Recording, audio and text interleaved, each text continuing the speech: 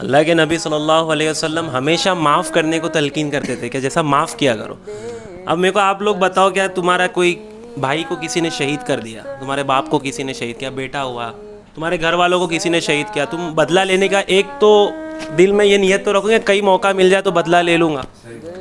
اللہ کے نبی صلی اللہ علیہ وسلم فتح مکہ کرنے جب داخل ہو رہے تو ان کے لشکر کے ساتھ صحابہ میں ایک جنون تھا، ایک جوش تھا کہ آج ان سے بدلہ لے کے رہیں گے. اس میں ساتھ جو ہے نعرے مار رہے حضرت سعد رضی اللہ عنہ کیا ہے، الیوم یوم الملحمہ، کہ آج تو جو ہے ٹکڑے ٹکڑے کرنے کا دن ہے، جیسا کہ یہ جو کافر ہے ان کے چترے اڑا دوں گا میں.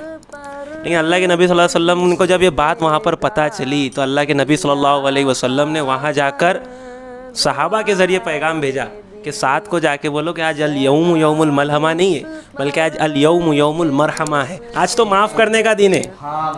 یعنی وہ 13 سال کے ایموشن جو انہوں نے پستی میں رہے، کس کا باپ گیا، کس کا بیٹا گیا، شہید ہو گئے، طرح طرح کی تکلیفیں، ریتوں پر لٹا کر گھسیٹا گیا، چٹانیں رکھی گئی، اللہ کے نبی نے معاف کر دو، کوئی گلا شکوہ نہیں ہے، جو معافی مانگے گا اسلام میں داخل ہوگا میں قبول کروں گا، جو نہیں جاتا ہے وہ یہاں سے نکل جائے، کوئی تکلیف نہیں دوں گا.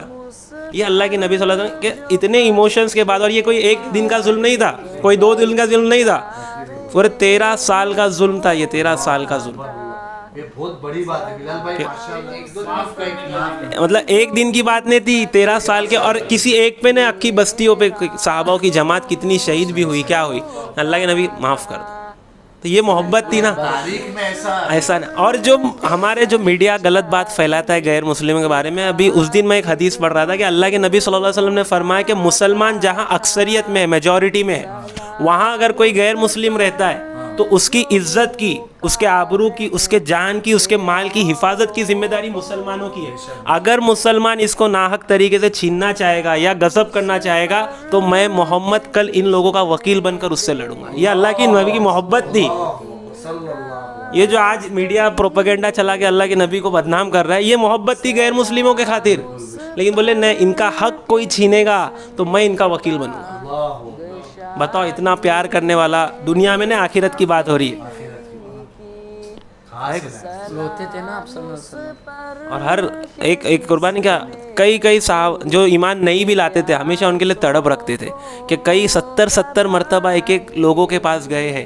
ایک مرتبہ ایسا ہوا کہ بارش، کڑکے والی بارش آنے لگی، بجلی برس رہی ہے، رات کا اندھیرا موسم ہے. ابو جہل کے دروازے پہ جاتے ایمان کی دعوت، اس سے پہلے بھی کئی مرتبہ ابو جہل کو ایمان کی دعوت دے چکے. تو ابو جہل ان کو ہکالتا ہے کہ کیوں آئے جیسا تم یہاں پہ، تم تو اس سے پہلے بھی میرے کو دعوت دے چکے ہو نا. تو کیا بولتے ہیں کہ آج یہ موسم کھڑکنے والا تھا، میرے کو لگا کہ شاید آپ کا دل نرم ہو جائے، آپ کا دل نرم ہو جائے اور آپ اسلام قبول کریں، اس لیے میں آپ کے آیا تھا. لیکن ابو جہل نے اس وقت بھی اسلام قبول نہیں کیا. ریا جس کا بچھونا تھا، سلام اس پر جو فرش خاک پر جا رہے.